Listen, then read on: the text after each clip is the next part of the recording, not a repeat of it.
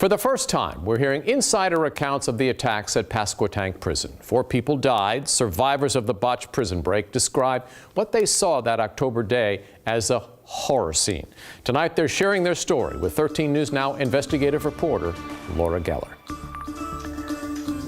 These 2 men were simply co-workers, but what happened inside the prison that day has bonded them forever. One saved the other's life. While both were stabbed and beaten, it is the emotional wounds that still haunt them every day. My name is George Midget. I was the canteen officer at the time. My name is Curtis Casper. I was the armorer for Pasquotank. October 12, 2017 started like any other day at Pasquotank Prison. There's always that thought that something could happen. On that day, the thought turned into a scary reality. And the inmate I work with every day came running past me and told me to run. 4 inmates allegedly hatched a plan to beat and kill several officers and prison staff as they tried to escape. Officer George Midget was caught in the chaos at the loading dock. And when I turned back around, there was an inmate standing directly in front of me with a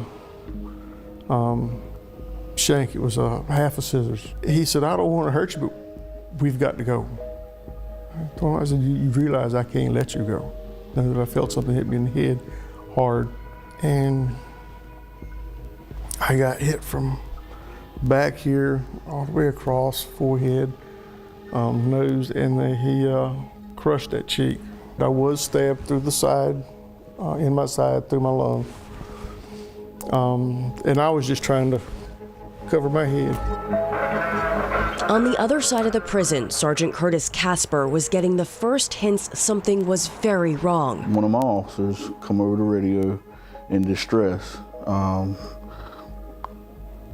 almost pleading for help, kind of. He and another supervisor rushed to the warehouse door near the sewing plant. It was a horror scene.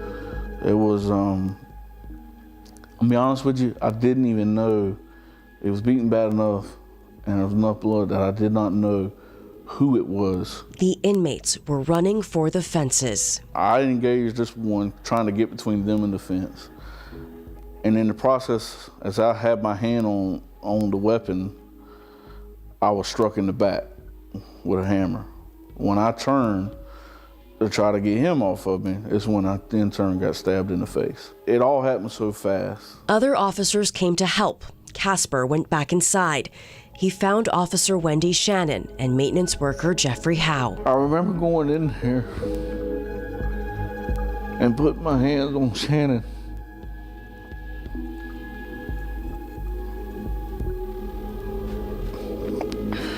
Just pleading with her.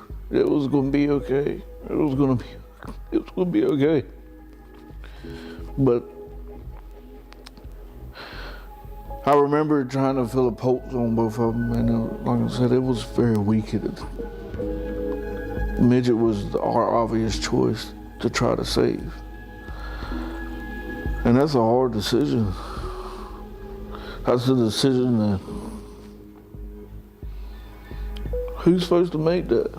I was fairly certain between laying there in the blood and getting to the hospital that I was going to die. Did you ever think that anything like this would happen to you? Shoot, no. That doesn't happen. But it did happen, and these officers say it did not have to. They detail warnings and red flags that went unaddressed. Warnings we now know could have saved lives. We're back in 90 seconds with that part of the story.